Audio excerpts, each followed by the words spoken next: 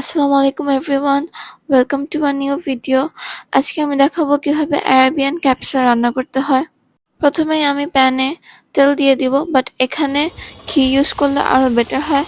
তারপর দিয়ে দিচ্ছি পেঁয়াজ কুচি। পেঁয়াজটা কিছুক্ষণ নাড়াচাড়া করার পর এর মধ্যে কিছু স্পাইসেস দিয়ে দিব, যেমন লবঙ্গ, দারচিনি, এলাচ আর তেজপাতা। এখন সবকিছু আবার একসাথে কিছুক্ষণ নাড়াচাড়া করে নিব।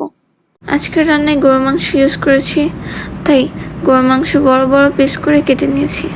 এখন দিব জিরা গুঁড়া, ধনিয়া গুঁড়া, তারপর আদা রসুন বাটা, স্বাদ মতো লবণ, মরিচের গুঁড়া। সবকিছু দেওয়ার পর ভালো করে নাড়াচাড়া করে মিক্স করে নিব।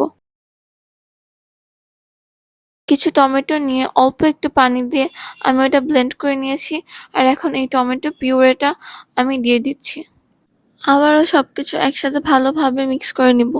আমি অনেক ধরনের স্পাইসেস মিক্স করে একটা হোমমেড মশলা বানিয়েছি, যেটা এখন দিয়ে দিব। এটা কিছুক্ষণ মিক্স করার পর এটার মধ্যে দিয়ে দিব একটা মাল্টার জুস। মাল্টার জুসটা স্কিপ না করাটাই বেটার, বিকজ এটা দিলে অনেক ভালো একটা ফ্লেভার আসে। বাট না দিলেও সমস্যা নেই, দিলে ফ্লেভারটা অনেক ভালো আসে। তারপর দিয়ে দিব পানি।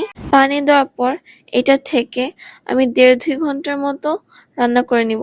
রান্না শেষে মাংসগুলো তুলে আলাদা পাত্রে রেখে দিব। এখন দিয়ে দিচ্ছি গাজর কুচি। আমি বাসমতি চাল আধা ঘন্টার মতো ভিজিয়ে রেখেছিলাম, সেটা এখন দিয়ে দিব। চালের জন্য আবার পরিমাণ মতো পানি দিতে হবে।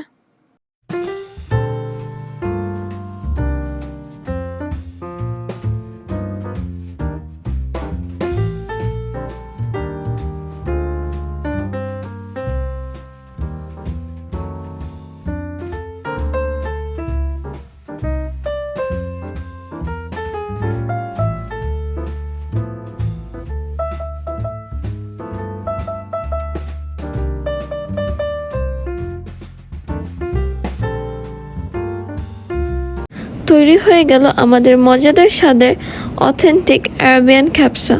আমার ভিডিওটা ভালো লাগলে অবশ্যই আমার চ্যানেলটা সাবস্ক্রাইব করবেন, and don't forget to like this video.